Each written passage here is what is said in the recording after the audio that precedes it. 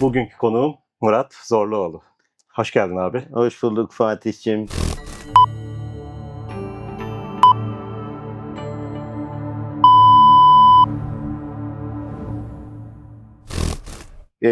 Evine davet ettiğin müthiş bir ortamda bu sohbeti yaptığımız için çok teşekkür ediyorum öncelikle sana. Her zaman. Başımın üstünde yerim var. Sağ olasın. Senin deneyimlerinden ve tecrübelerinden faydalanmak için bu sohbeti yapacağız. Çünkü Murat abinin hem kurumsal hayatta hem de kendi işinde inanılmaz tecrübeleri var. Bunlardan faydalanmamak herhalde olmazdı. Yani hepimizin bence çeşitli hikayeleri ve derinlikleri var. Bizi biz yapan, bizim bugün üstüne koymaya çalıştığımız, aslında öğrenmeye çalıştığımız bir takım şeyler ta doğduğumuz günden yaşadığımız sürece dayanıyor. Bazen bariyerlerimiz oluyor, bazen engellerimiz oluyor, bazen de işte onu aşmam gerektiğini diye düşündüğün noktada da senin için basamaklar olmuş oluyor hayatla alakalı. Ben böyle diye bakıyorum. Belli bir dönem geçmişimin yaşadığım şeyler ya da olduğum durumlar benim için ya benim kaderim bunlarla yaşamam lazım derken aslında onların kader değil, senin için verilen fırsatlar olduğunu sonradan görmeye ya da bakış açısını bu tarafa döndürdüm. Onun için geçmişle birlikte yaşamak değil ama geçmişin üzerine adımlar atmak bence çok kıymetli. Konuklarımız Murat Zorluoğlu'nu çok bilmiyor olabilirler. Tanıyan çok inanılmaz bir kitlen var ve takipçin var. Seni seven de çok insan var. Ben de dahil.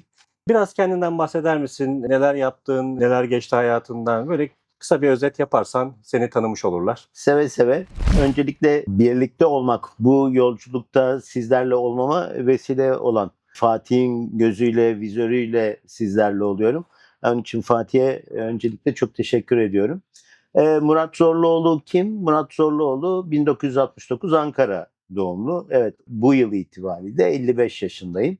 2005 yılındayız çünkü. Ankara'da doğdum ama çok fazla orada bir vakit geçirmedim. Baba çünkü asker olduğu için çeşitli yerlerde görevleri vardı. Ben de onunla birlikte hareket eden bir ailenin içindeydim. Balıkesir'de daha uzun çocukluğum, gençliğim orada geçti. Balıkesir Lisesi'nde okudum. Sonra Boğaziçi Üniversitesi Bilgisayar Programcılığı ve İş İdaresi bölümlerinden mezun oldum. Mezuniyetimden bir sene sonra kendime ait bir bilgisayar eğitim firması kurdum. Çünkü içinde hep kendime ait bir şeyler yapmak, hani kendini göstermek, birazcık da anne baba küçük yerde başarılı doktorlar, başarılı doktorların, kişilerin başarılı oğlu olabilmek adına sanıyorum bir miktarda öyle kendi işimi yapma niyetim vardı. Farklı bir şeyde başarılı olabilmek. Ve iki ortak bir sekreter başladığımız yolculuk oldukça başarılı. 50 kişiye ulaştı, metrekareler büyüdü.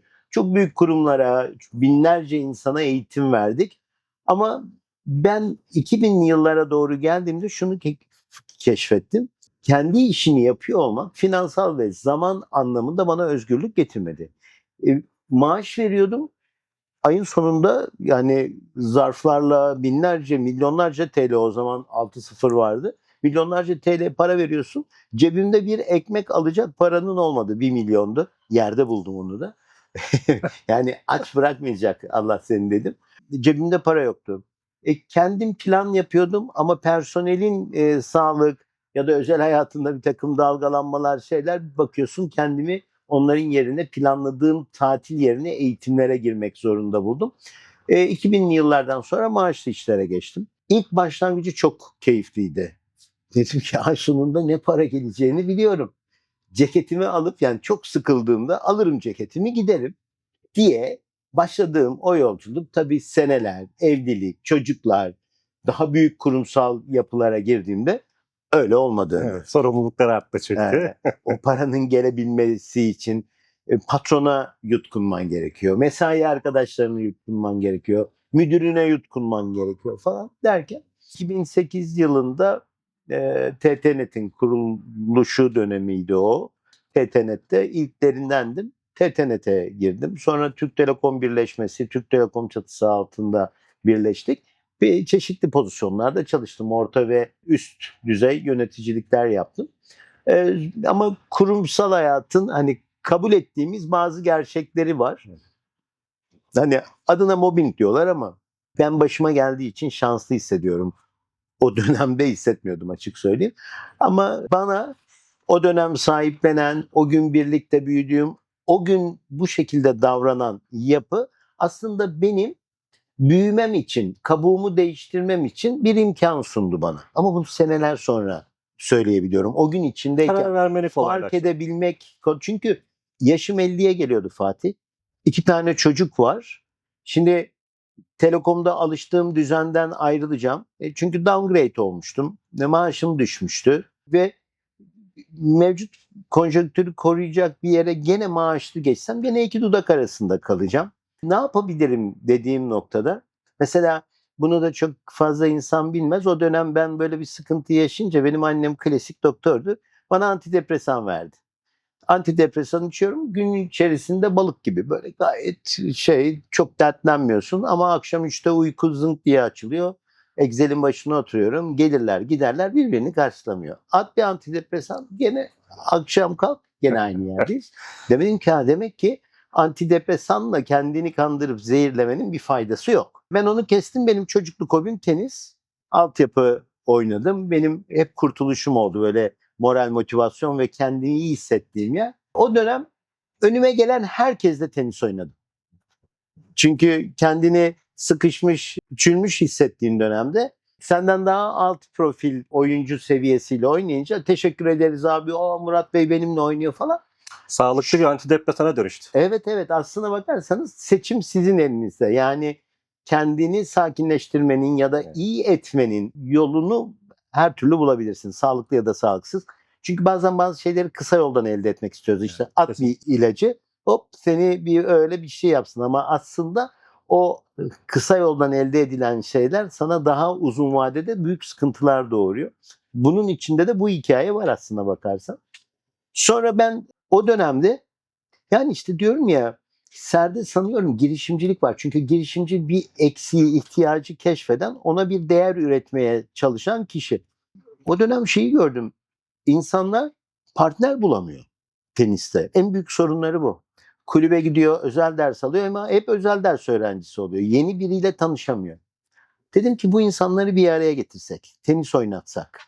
Bunu bir kulüp çatısında değil de İstanbul genelinde yapsak diye bilgisayar programcılığının verdiği sistematik bir online uygulama, bir web üzerinde bir uygulama yaptık. İnsanları birbirine buluşturduk. Sonra dedik ki şunu düşündüm. İstanbul'da bir insan Ataşehir'de oturuyor, Maslak'ta çalışıyorsa ne Ataşehirli ne Maslaklı. Evden işe gidiyor.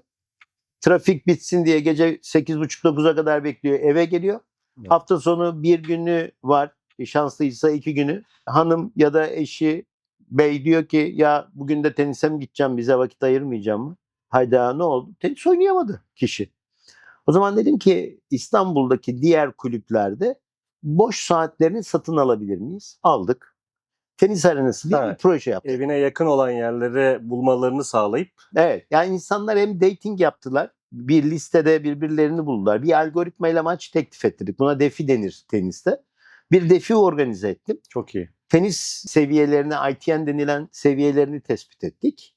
Ondan sonra 15 tane Kurtköy'den Yeşilyurt'a, Yeşilköy'e, Ataşehir'den Maslak'a kadar da 15 tane kulüpten boş saatlerini satın aldık. Tenisin Uber gibi bir proje oldu. Çok iyi. Bir tane kortumuz yok, 15 kulüpte tenis oynattık. Ve çok başarılı oldu. Çünkü insanlar birbirlerine maç teklif edip maç teklif edilenin lokasyonuna yakın tenis oynamak durumunda kaldılar. İnsanlar tek bir kulüpte tenis oynarken 15 değişik kulüpte tenis oynayabilmenin imkanını yakaladılar. Ve bu bize Robert Kolej Mezunlar Derneği'nin işletmeciliğini getirdi. Yani 2019 yılının başıydı. Bizim için müthiş bir şanstı, öyle söyleyeyim. Çünkü Robert Kolej Mezunlar Derneği'nden biz kort saati satın almıştık. Bizim yapabileceklerimizi görüp bizi işletir misiniz demişlerdi.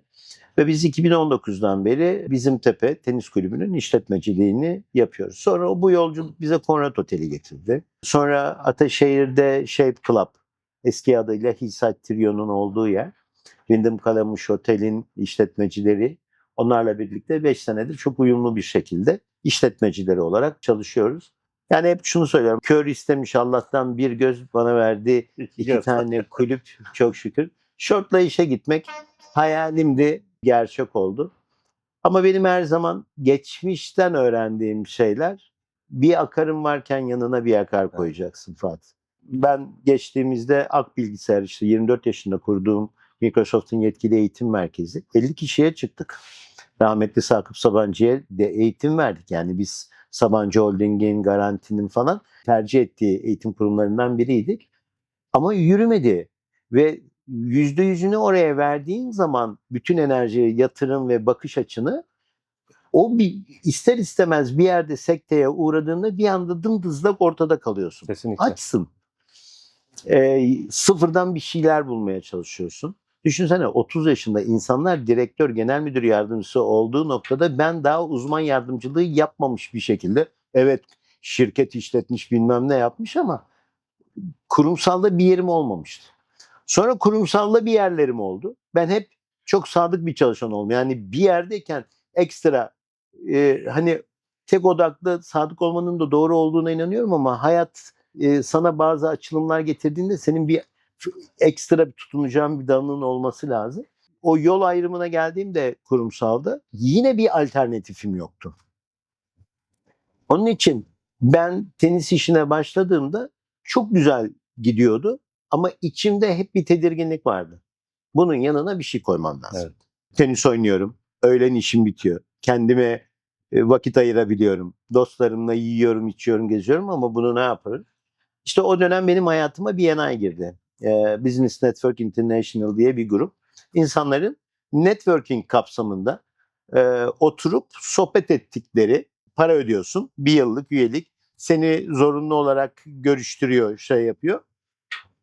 Ve o dönem bana aslında hem kendimi tanımamı biraz daha, network'ümün ve çevremin ne kadar geniş olduğunu görmeme vesile oldu. Ve şu konuyu böyle bir kenara koyayım. Burada çok önemli bir kavram var. Biz kendimizin ne olduğunu bilmeden yaşıyoruz bazen. Yani kendi değerimizin farkına varmadan yaşıyoruz. Kesinlikle.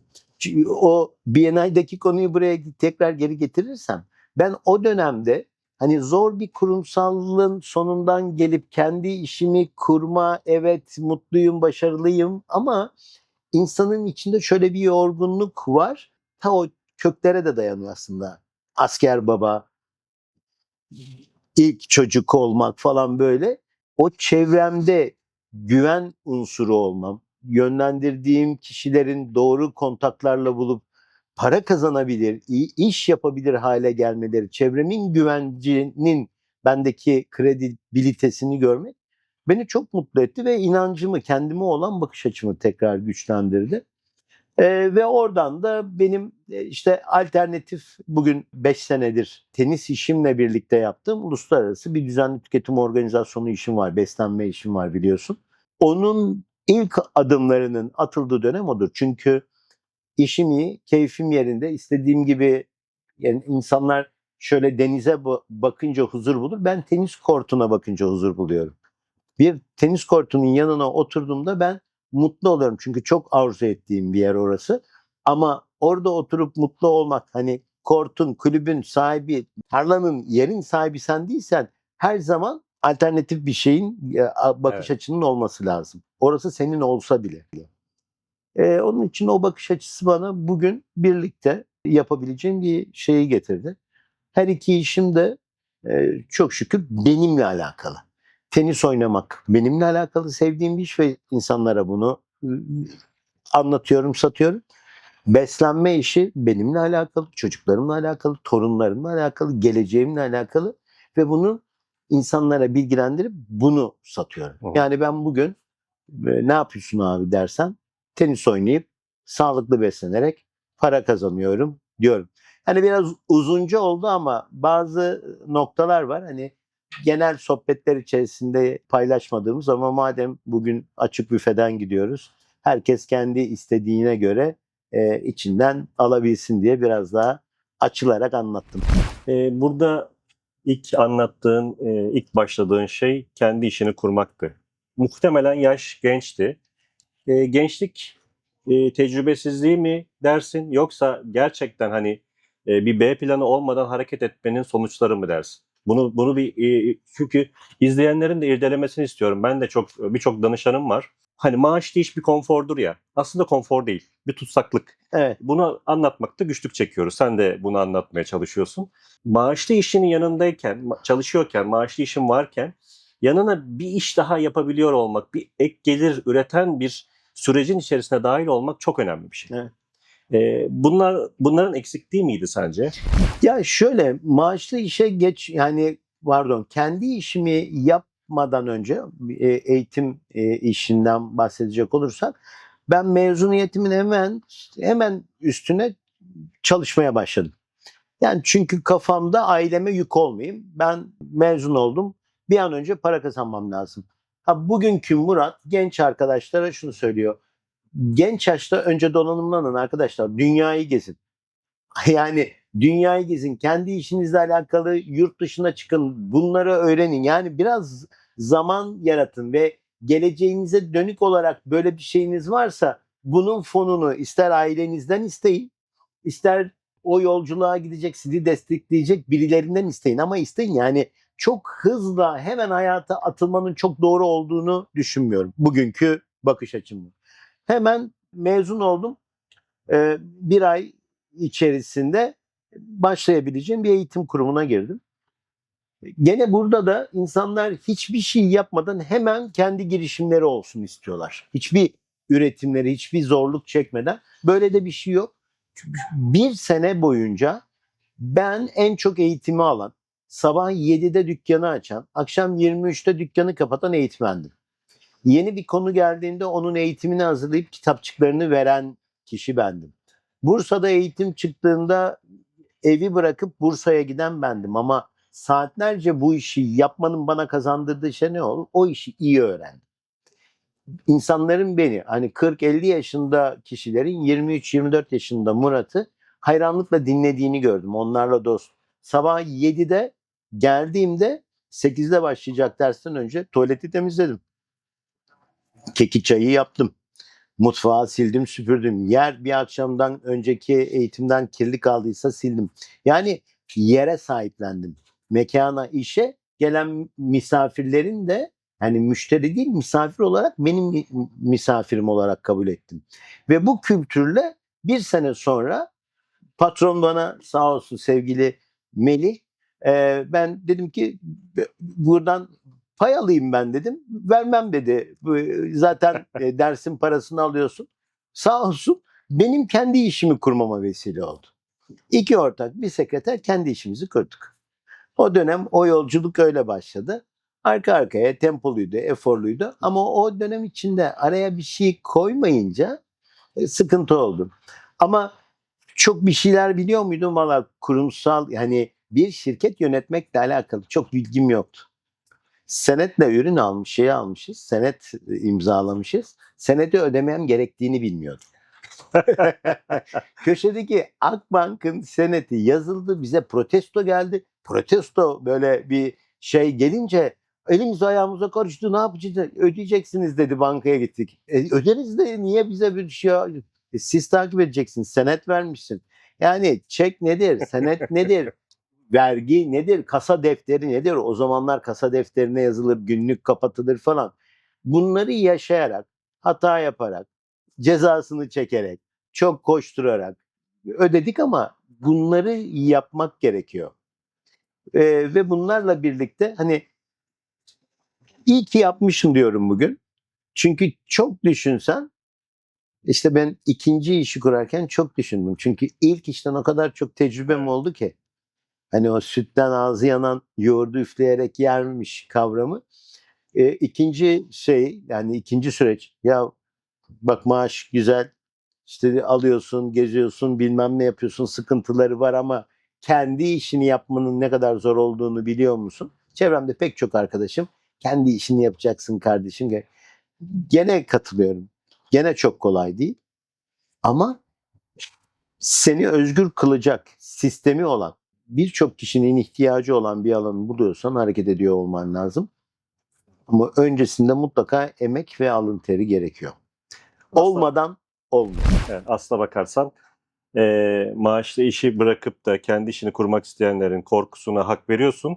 Ama o korkuyu yenmek için kendini yetiştirdiğinde, kendini donanımlandırdığında korkulacak hiçbir şey olmadığını da söyleyebiliyorsun açıkçası. Fatih, ben hep şunu söylüyorum. Bir iş yapıyorsun. Başka daha bugüne kadar bir kuruş kazanmadığın, yapmadığın bir işe yatırım yapacaksan mevcut işinden vazgeçme. Genç girişimci arkadaşlarıma hep şunu söylüyorum. Yani genç, orta yaş, ne olursa olsun. Eğer bugün bir gelirin varsa buna ilave ne yapabileceğine bak. Kendinin söz sahibi olacağın bir iş sahibi olmak için elinden geleni yap. Çünkü gerçekten özgürlük dediğin şey, hayatın direksiyona geçmek dediğin şey böyle bir imkanlı olacak. Ama bugün bir gelirin varken, o sana bir huzur, konfor sağlıyorken ötekine adım atman lazım. İnsanlara şu zor geliyor Fatih. Sabah öyle İstanbul gibi yer. 8'de 9'da mesai başlayacaksa 6'da 7'de evden çıkması gerekiyor. 5'te 6'da iş bitiyorsa 8'de 9'da evine varıyor. Tamam. Ben nasıl hayatımı değiştireceksin? Saat 9'dan sonra ayağını uzatıp televizyon seyretmeyeceksin. Seni bir sonraki seviyeye çıkaracak, yatırım yapabileceğin bir işi öğrenmek, bir girişimi. Bu bir e-ticaret midir? Dropshipping, e-ticaret, affiliate marketing üzerine neyse, daha önce yapmadığın, bilmediğin bir şeyi öğrenmek adına emek verdiğin, yani mevcut hayatının zorluklarından kaçıp dinlenmek, yatmak yerine yeni hayatın için emek vereceğin zamana döndürmen lazım. Kesinlikle. O kırılım için alın teri şart. Olmadan olmaz. Çok özür dilerim. Yani insanların temeldeki en büyük beklentileri, hataları kendi kendine olsun, çok kolay olsun istiyorlar. Kolay zoru getiriyor. Zor kolayı getiriyor. Onun için bugün zorlukları, bugün ekstra eforu vermeyi kabul etmek zorundayız. Ya aslına bakarsan buradan şu çıkıyor. Ben kendi işimi kuracağım diyenin de kendi işini kurmasını tavsiye etmiyorsun. Öncelikle bütün genel anlamda o iş yapıp yapabileceğine, o zorlukların üstesinden gelip gelemeyeceğine ve belli bir dönem konfor alanından çıkıp emek vereceğini kabullenerek girmesini tavsiye ediyorsun. Kesinlikle. Ben kendi işini yapmasın demiyorum ama kendi işinden önce o yapılan işin ne olduğunu çok iyi algılaması, öğrenmesi lazım. Şimdi çeşitli ticari modeller var. Yani normal bildiğimiz klasik girişimcilik var. Her şeyi senin yapman lazım. Yani muhasebeyi bilmen lazım, sevkiyatı bilmen lazım, ürününü bilmen lazım, tekniğini bilmen lazım, müşteri hizmetlerini bilmen lazım, satış. Her şeyi bilmelisin. Klasik girişimcilikte bunlar var. Ama yeni nesil girişimcilik dediğimiz modeller var. Yani arkasında üretimi olan, satışı olan, yönetimi olan, stoğu, sevkiyatı, tahsilat sürecinin tamamını senin sadece burada kendini entegre edebileceğin modeller var. Her ne yaparsan yap, her birini öğrenmen gerekiyor. İster klasik girişimin olsun, ister yeni nesil olsun, ister ne olursa olsun öncelikle ön tarafını, alt tarafını biliyor olmak lazım. İşte bu dediğin şey çok doğru. Konfor alanından çıkmak lazım. Kesinlikle. Saat 8'de geleceğim, yemeğimi yiyip 2 saatte dinlenmeyecek miyim? Bakış açısı konfor alanı. Ama eve geldim, yorgunum. Çayımı içtim, kahvemi içtim. Önümüzdeki 3 saat geleceğimi inşa edeceğim saatlerim olacak bakış açısı da Kesinlikle. o konfor alanından çıkma bakış açısı. Sonrasında da dilediğin gibi bir hayatı inşa edecek gücü elde etmeye şans. Evet. Burada tabii ekosistemlere bakmak lazım. Hani girişimciyi destekleyen ekosistemler, ne demek istiyorum?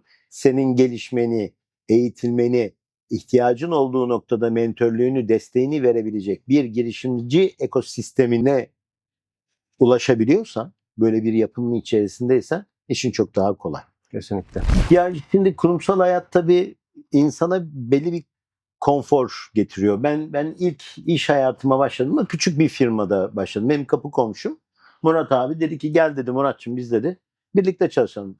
Yurt dışıyla sim kart distribütörlüğü yapıyordu. Ben de o dönem askerden gelmişim. Uzun dönem asker. Türkçe konuşmayı unuttuğum bir dönemde yurt dışı İngiliz, Alman ve Danimarkalı firmaların temsilciliğini yapıyoruz. Benim için keyifli oldu. Hızlı bir şey. Turkcell'le, telekomünikasyon firmalarıyla, Telsim'le falan çalışıyoruz. Güzel bir süreçti. Ama işin döngüsünün içerisine girdiğinde gerçek hayatın bu olduğunu zannetmeye başlıyorsun. Ve işte yıllar geçti. Sorumluluklar artmaya başladı. Ay sonu gelen maaş, ödenecek primin kazanılması. Ama şunu keşfediyorsun. Günün sonunda birisinin vereceği kararlara bakmak zorundasın. Yani kurumsalda olan arkadaşlarımın çok takdir ediyorum. Çok uzun vadeli çalışanlara kurumsaldan da senelerce çok ciddi öğretilerim oldu.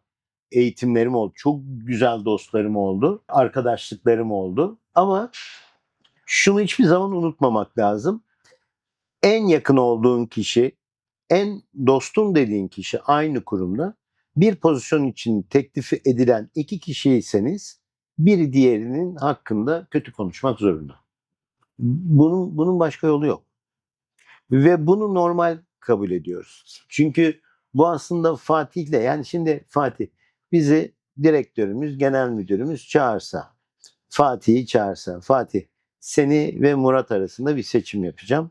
Neden Fatih olmalı dediğinde Fatih'e anlattığın kadar ister istemez Murat'la alakalı da bir negatif bir şey bulmak durumundasın. Çünkü maaşın artacak. Sosyal Hiç hakların başıma artacak. gelmedi ama sıkıntılı bir şey, evet. Olabilir yani. Olması durumunda bunu normal kabul eden bir sistem, kurumsal yapı. Onun için benim eşim de İK'cı her zaman derdi bir alternatifin, hep bir Evet. baktığın bir şey olsun diye. Herkes kendi işini tabii ki yapmayacak, yapamayacak. Ama kendiyle kendimi güvence altına nasıl alırıma bakmak lazım. Şey var, Robert Kiyosaki'nin Zengin Baba Yoksul Baba kitabı var. Bence kült kitaplardan bir tanesi. Ben 5 sene önce tavsiye edildiği için okudum. Benim tavsiyem okuduktan 2-3 ay sonra bir daha, 2-3 ay sonra bir daha okumanın gerektiği Farklı bakış açıları. farklı bakış açıları. Ve kendini ispatlamış çok ciddi girişimcilik tecrübeleri olan Richard Branson, 250'nin üzerinde yerde ortaklığı olan biri diyor ki bir insan diyor kendini güvendeyim, finansal olarak güvendeyim diyebilmesi için 20 değişik noktadan gelirinin olması lazım Evet. diyor. Bak 1 değil, 2 değil, 3 değil, 20 plus. Bu ne demek istiyor dediğimde bu kira gelirin olabilir. Bu hisse senedi gelirin olabilir. Bu küçük bir girişime yatırım yapmak olabilir. Bir bilişim fonuna yatırım yapmak olabilir. Kendini sürekli hani masraf kalemini günlük harcamalarına, operasyonlarına değil olabildiğince buradan kısıp geleceğin için sana para getirebilecek, gelir kazandırabilecek, pasif gelir elde ettirebilecek küçük de olsa bakış açılarını elde etmek, yatırımları yapmak gerekiyor. Kurumsalda mı devam edeceksin, maaşlı mı olacaksın? Mutlaka bunlara yatırım yapmak lazım. Onun için bu noktaya kurumsaldaki arkadaşlarımın özellikle dikkat etmelerini tavsiye ederim. Bu girişimci olan, kendi işini yapan kişiler için de geçerli. Çünkü etrafınıza bakın, yani Türkiye'de 5 seneyi aşmış kendi işini yapabilen firma sayısı Çok az. %10'un altında. Bunu birazcık daha ötelediğinde %3'ler, %2'lere iniyor. 10 seneyi geçen hala mevcut işini yapabilen firma sayısı. Ben şunu çok iyi biliyorum. Ben de senin kadar olmasa da bir 27 sene bir kurumsal hayatım var. Maaşlı iş hayatım var. Ben birçok şeyi çok geç fark ettiğimi düşünüyorum açıkçası. Kendime çok şeyler kattım. Çalışıyorken eğitimler aldım. Normal kendi işimi kurdum, yine eğitimler almaya devam ediyorum. Hatta şu dönemde, geçmişte aldığım eğitimler bana para kazandırıyor diyebilirim. Yani kendine yatırım yapmak çok önemli. Onun haricinde de evet, herkes girişimci olmak durumunda değil ama herkes bir ek gelir getirecek bir şeyin içerisine girmek zorunda ve bunu da bilinçlenerek yapmak zorunda. Yani yine kendine yatırım yapmakla, eğitimini alarak. Yani borsa mı yapacaksın? Eğitimini alacaksın. Diğer finans işlerine mi gireceksin? Eğitimini alacaksın. birisinin lafıyla işte ben borsada şu kadar para kazandım, dur ben de gireyim deyip bodoslama girmeyeceksin. Yani siz bunlardan bahsediyorsunuz. Tecrübelerinizle bunları aktarmaya çalışıyorsunuz. Doğru mu? Yani Do- sosyal medyanızda işte vermiş olduğunuz eğitimlerde, vermiş olduğunuz mentörlüklerde bunu sağlıyorsunuz diye biliyorum. Fatih, bu bir dönüşümle alakalı. Aslında hani yatırım dediğin şeyi sadece finansal bir yatırım olarak da bakmamak lazım. Sağlığa yapılan şey de yatırım. Yani sağlıklı yaşam için yaptığın şeyler, öğrendiklerin de bir yatırım.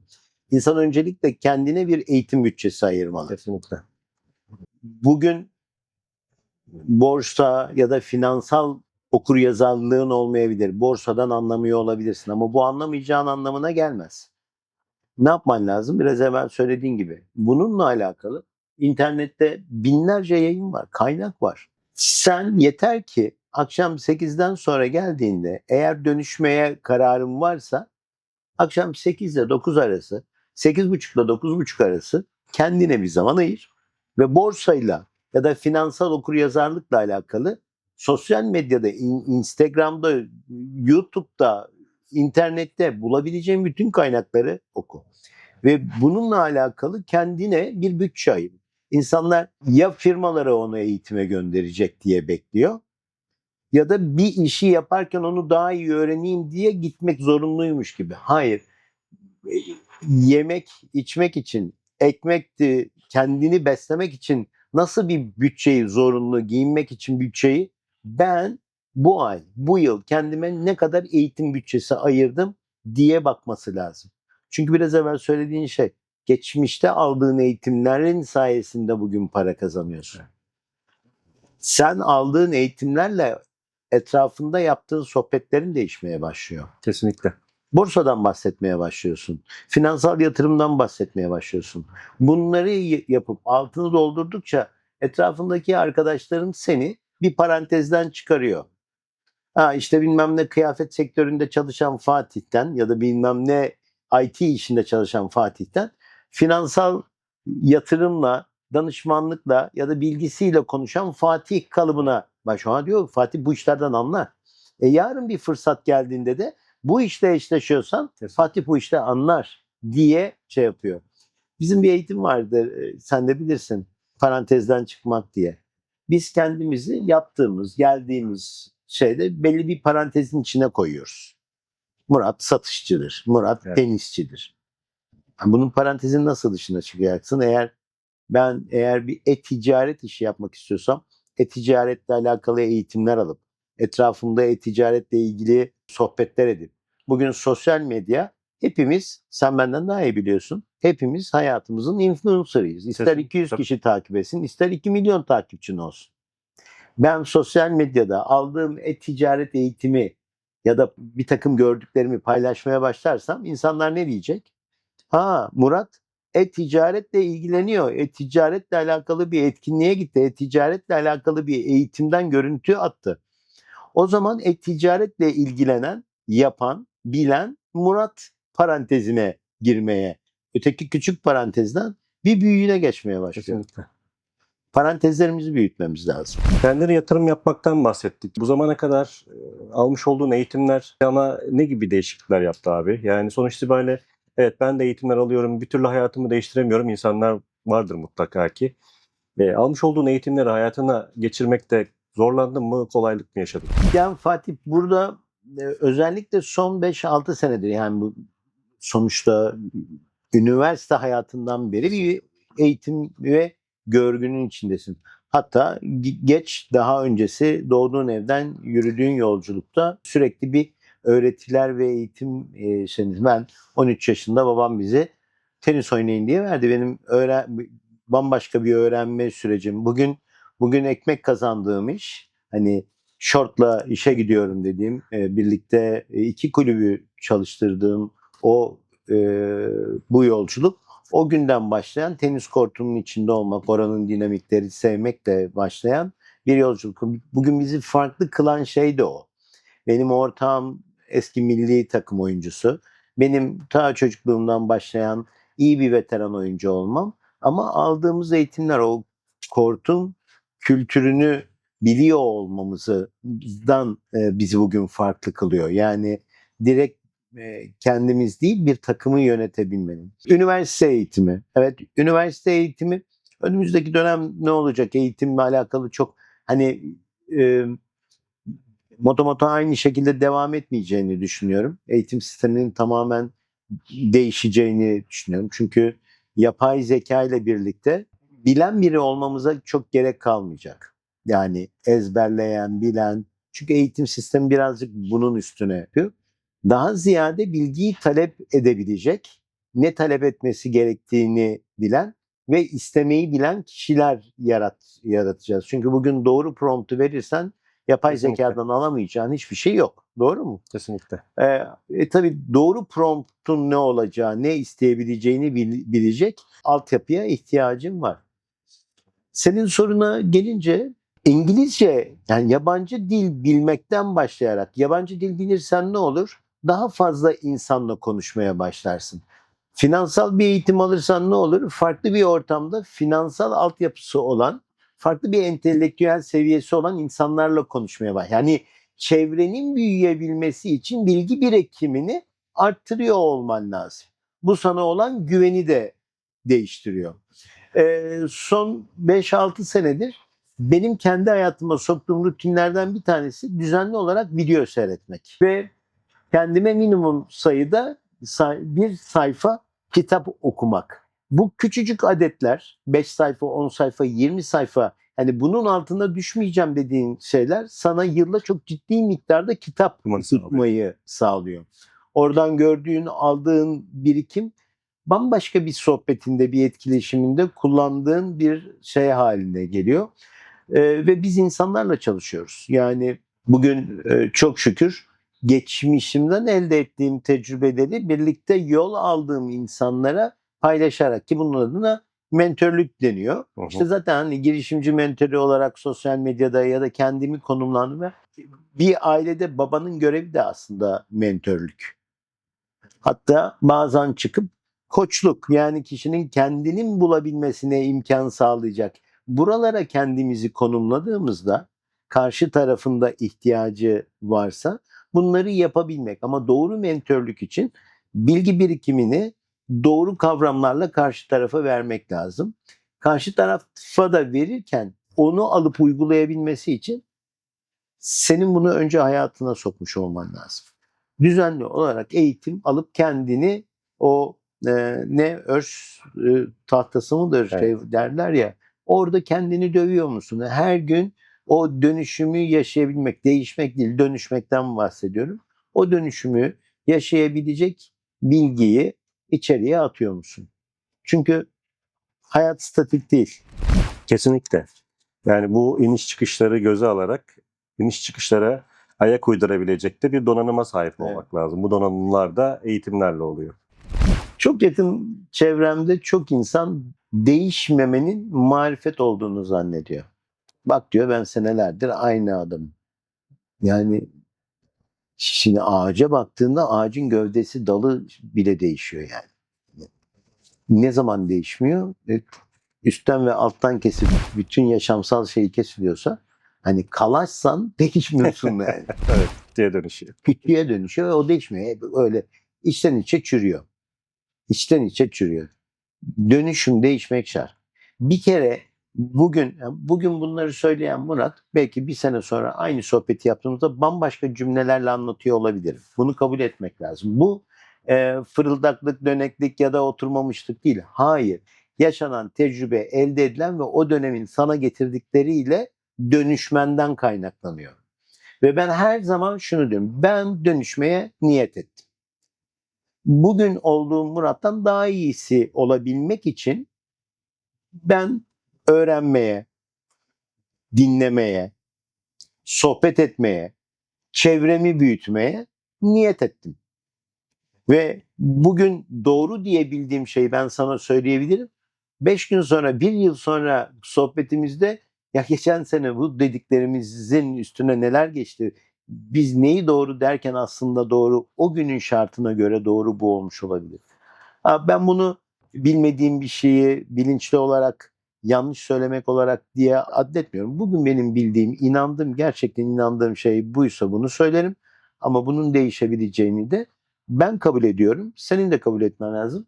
Herkesin kabul etmesi Evet. lazım. O zaman sürekli filiz veren bir ağaç dalına benzeriz. Evet.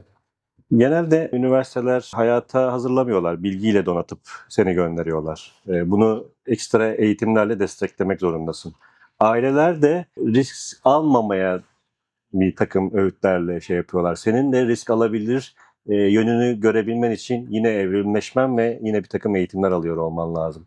Kimsenin lafına bakmadan hareket edebilmek ve özgürce yürüyebilmek için de kendini bambaşka bir noktaya taşıman gerekiyor. Evet, işte o da dönüşüm geçmişine baksana Fatih. Bilmiyorum yani senin adına konuşamam ama benim adıma üniversiteye girdik. Üniversiteden çıkıp bir işe başlayacaksın. Ben orada biraz zincir kıran oldum. Kendi işimi yaptım. Hani maaşlı bir işe girmek. Çünkü öyle annem babam doktor, yani yaptıkları devlet hastanesinde çalışmak, askeri hastanede, yani onu görmüşler, memurluğu görmüşler. Sana memurluğu anlatıyorlar, bu yoldan gitmeyi. Kendi işimi yapacağım dediğimde çok net kararlı durmuş. Hani o alışılagelenin dışına çıkmıştım ama orada da şöyle şeyler oluyor tabii, kolay değil. İlk hata ya da ilk başarısız olduğunda böyle bir şey, ya bildik yollardan gitmek varken böyle şeyleri yapmak. Ve hani 2000 yılında şirketi kapatırken ailemden bir miktar borç alarak kapatmak zorunda kaldım. Yani e, şey onun yükü hep oldu üstünde. Bunları kabul edecek birisi. Ben bugün çocuklarıma şunu söylüyorum. Kesinlikle ve kesinlikle okul bittiğinde hemen para kazanmak zorunda değiller. Bir kere dünya algı ve bilgilerini geliştirmek doğrultusunda kendilerine yatırım yapsınlar. Üniversiteyi 4 senede bitirmek zorunda değiller. Üniversiteye gerekiyorsa ara verip yurt dışında çalışmak, dolaşmak, gezmek. Hani şunu da demiyorum. Annesi baba, annem parayı veriyor şey değil. Kendisinin de emek verip kazandığı, ürettiği ama üstüne eksiği varsa da benim destek olabileceğim ya da o desteği bulabileceği bir metodu çözüp üniversite bittiğinde üniversitenin 4 yıllık alınması gereken dersleri değil, pek çok yaşamla alakalı kendi başına olabilmek, ayakları üstünde durabilmek, yurt dışında yaşayabilme tecrübesini, bir yerde garsonluk yapma tecrübesini elde etmiş olarak mezun olması bence çok çok ama çok daha önemli. Kesinlikle.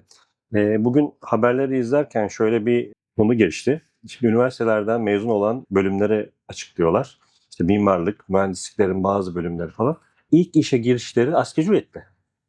Üniversite okuyorsun, mühendis çıkıyorsun, mimar çıkıyorsun ama asgari ücretle işe başlıyorsun. Yani bu adaletsizliği kırabilmek için de aslında kendine yapmış olduğun yatırım ve kendine hayata hazırlamış olduğun evreler ya da az önce bahsettik ya, bir ek gelir getirecek bir iş inşa edebilmek, bir girişimciliğin kıyısından da olsa ucundan bir yerlerden hayatına dahil edebilmek çok önemli. Üniversite dönemlerine gidebilmiş olsaydım ya da şu an çok genç girişimci, gerçekten çok yüksek profilli gençler var. 18-19 yaşında konuştum. 4-5 tane şeyi denemiş, batırmış ya da ucundan tutmaya çalışıyor. Yani üniversitede okumak aslında bir fırsat. Bir şeyleri öğrenmek adına. Sadece derslere girip dersleri vermek değil. Herkes mezun oluyor. Yani mezun olmak için okula gidip sınavlara girmek. Az başarılı, çok başarılı. Mezun olunuyor. Konu üniversiteden mezun olmak değil. Konu mezun olduğunda hayata hazır mısın? Evet. Bakış açınla, tecrübelerinle. Bizim en büyük şeyimiz başarısız olma korkusu. Yani başarısız olmakla barıştığımız, ona sarılabildiğimizde önünde ne korku kalır? Yani hani ölüm korkusunu aşan insanın önünde hiçbir şey kalmıyor ya. Bizim en büyük şeyimiz, üniversite sınavına girerken başarısız olursan. Üniversiteden mezun oldun, iş bulmada başarısız. İşine girdin, işinde başarısız olursan. Evlendin, ilişkinde başarısız. Hep bir başarısızlık korkusu var. Dünyanın sonu mu? Yani başarısız olsan en kötü ne gelebilir başına? Bu soruyu bir sor kendine.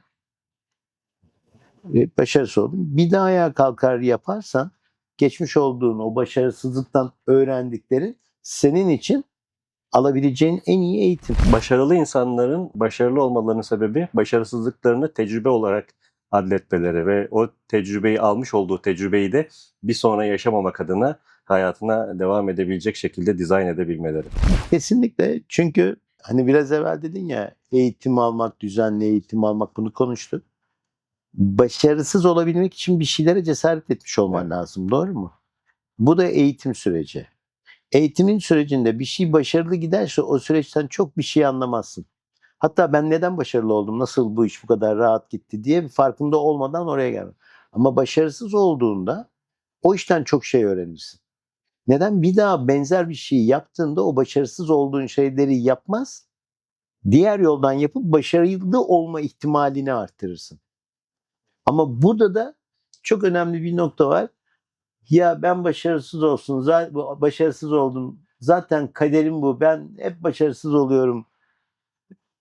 Bu fukara bakış açısında olan birisinin bir sonrakinde de aynı başarısızlığı yaşayıp, ya görüyor musun bak kader işte, hep ben böyle oluyorum. Kadere bağlama noktasına Kadere geliyor. bağlama, hani orada çok güzel hani veciz şeyler var. Biraz evvel söylediğim bir şey vardı. Hani üniversiteler okunuyor, geliyor. Ben bunu yaşadım. Çalıştığım kurumlarda. Adam Harvard'dan mezun. Uzman yardımcısı olarak işe başlıyor. Geçen Güldür Güldür şovu seyrediyorum da çocuk diyor ki babasına, baba ya diyor, beni diyor okula veriyorsunuz. Ben diyor ölü yatırım. Değil mi? Yani bir bakın Allah aşkına, yani hele şu anki eğitim Yanlış sisteminde- anlaşılmasın. Burada okumayın demiyoruz ama okumayın demiyoruz ama doğru ve doğru yere yatırım yaparak okumak Evet, lazım. evet. Özel okuldan bilinçli çıkın demek istiyoruz aslında. Evet, evet. Neyse buraya doğru girmeyelim. Buraya özel sohbetlerde gireriz. Yani kendimize bir gelecek hazırlarken basma kalıp herkes yaptığı için biz de yapmalıyız şeklinde değil. Bu anne babalara tabii, yani çocuklar bunun tercihini yapamıyorlar. Ama anne babalar, çocuklarımız, bizim komşu da bunu gönderiyor, arkadaşım Ayşe de buraya gönderiyor, ben de buraya göndermeliyim diyerek değil, doğru bakarak, doğru kurumlarda, doğru eğitimlerle insan çocuklarını büyütmeli ve oralara yatırım yapmalı. O şovdaki şey gibi ölü yatırıma dönmesin. Ya da ben yaptım benim için rahat diyerek değil, o çocuk için, o kişi için, o birey için Evet. doğru geleceği hazırlayacak bir yatırımı seçiyor olmak lazım diye düşünüyorum. Az önce korkulardan bahsettin. Aslında korkmamızı gerek olmayacak girişimcilikler var. Yani sıfır riskli ve eğitimlerle destekleyen, birçok şeyi senin üstünden almış, senin kolaylıkla yapabilmeni sağlayacak bir takım işler var ki içinde olduğum ve içinde olduğum projeler var. Yani bu tarz projeleri araştırmak ve bu tarz şeylerin içerisinde olmak ve bir sistem yaratıp, aslında baktığınız zaman birçok iş bizim bedenimiz ve zihnimiz sağlıklıysa yapılabilecek bir iş. Ve bunun sistemini kurmadığın sürece sen devre dışı kaldığında işin de devre dışı kalmış Evet. oluyor. Aslında insanların şunu öğrenmesi lazım. Sen hiçbir şey yapamaz hale gelsen bile sana gelir üretmeye devam edebilen bir sistem inşa edebilmek. Doğru mu? Doğru. Fatih, yani şeye bakarken, adım attığın yere, hani girişimcilik adına konuşacak olursak, nasıl bir iş kurduğuna bakman lazım. Sürekli senin eforunu gerektiren bir işse hoş geldin girişimci köleliğe. Anlatabiliyor muyum? Yani benim aslında temelde insanlarla hep konuşurken anlatmaya çalıştığım şey şu. Maaşlı işte de çalışabilirsin, zorlukları var. Kendi işini kurabilirsin, çok zorluğu var. Maaşlı işte müdürünün, direktörünün, patronun iki dudağı arasındasın. Kendi işini yapıyorsan bütün müşterilerin iki dudağı arasındasın. Yani dudak sayısı girişimcide artıyor. Maaşlı işin işte sabah gittiğin, akşam döndüğün mesai saatleri var. Girişimcinin kendi işinin sahibinin yok. Yani yanında 3.000-5.000 kişi çalıştıran bir arkadaşımız telefonunu kapatıp bir hafta tatile gidebilir misin diyorsun. Gidemem diyor. O zaman ben anlamadım ki şey. Konu kendimizle, yani özgürce yaşayabileceğimiz bir model. Ben kendi tenis işimde işte bu tenis arenasını kurarken melek yatırımcılara gittiğimizde ne kadar ölçeklenebilir olup olmadığını sordular. Yani kaç kişi? Bunun ölçeklenebilir olması için neler yapmamız gerektiği konusunda tavsiye verdiler. Bir kere e, yani girişimci adaylarına ya da bir şeye adım atmak isteyen kişilerde şunu, ne kadarlık bir kitlenin ihtiyacı bu ve bir ihtiyaca bakarken bugünün, yarının değil, bundan 5-10 sene sonranın hala ihtiyacı mı? Evet. Ona bakmak. İşte pandemi döneminde maske ihtiyaç oldu, doğru mu? O dönem maske üreticileri, elinde maskesi olanlar, maske üretenler bir anda çok ciddi para kazandılar. Ama o dönemde bu işe yatırım yapanlar 2 sene sonra aç kaldılar. Ellerinde, hatta battılar ellerinde yaptıkları maskeler. Çünkü artık maske kullanmayın diyoruz. Yani bu bakteri, virüs birbirimize geçmeli diyoruz. Yani çok kronik, büyük rahatsızlıkları olan birileri değilse. Onun için bir şeye yatırım yaparken de bir bakmak lazım. Bu 5-10 senelik bir sürecin ihtiyacı mı diye. Şimdi ben alternatif bakış açılarıyla son 5 senedir mevcut konvansiyonel tenis kulübü işletmeciliğinin yanında beslenme tarafında da Next Generation Marketing, bu network marketing tabanlı ama network marketingin de bazı sıkıntılı taraflarını bertaraf etmiş bir ticari modelle 5-5,5 senedir şu an 12 ülkede çok ciddi bir dağıtım ve tüketim organizasyonu kuruyorum. Bakın burada önemli 2 kavram var. Dağıtım ve tüketim. Yani eğer sattığınız malın bir alıcısı varsa doğru yerdesiniz. Bu alıcının miktarı ne kadar? Ne kadar insana dokunuyorsunuz? Bu. Hangi yaş grupları, hangi coğrafya? Eğer her yerde, her yaş grubu, her coğrafyadaysa müthiş. Peki bunu nasıl? Ben elimle tek tek mi? Yoksa altyapısı, teknolojik altyapısı olan, şimdi birçok firma işte Amazon'undan hepsi burada komuna, eBay'inden Shopify'ına, bunlar ne yapıyor? Bir altyapı kuruyorlar. Online, evet. dijital bir platform ve girişimciye diyor ki sen bu platformu kullanabilirsin. Adam onu yüz milyonlarca dolar harcayarak o platformu hazırlıyor. Sen oraya bir üyelikle o platformu kullanabilir hale geliyorsun.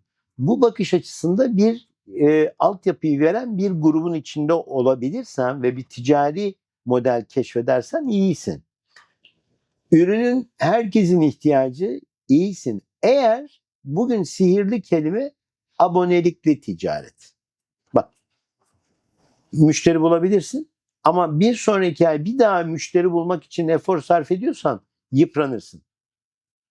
Çünkü yan tarafa bir dükkan daha açılır. Aynı müşteriye o da gitmeye çalışır. O da ona bulabilmek için reklamlar bilmem ne. Büyük bir reklam.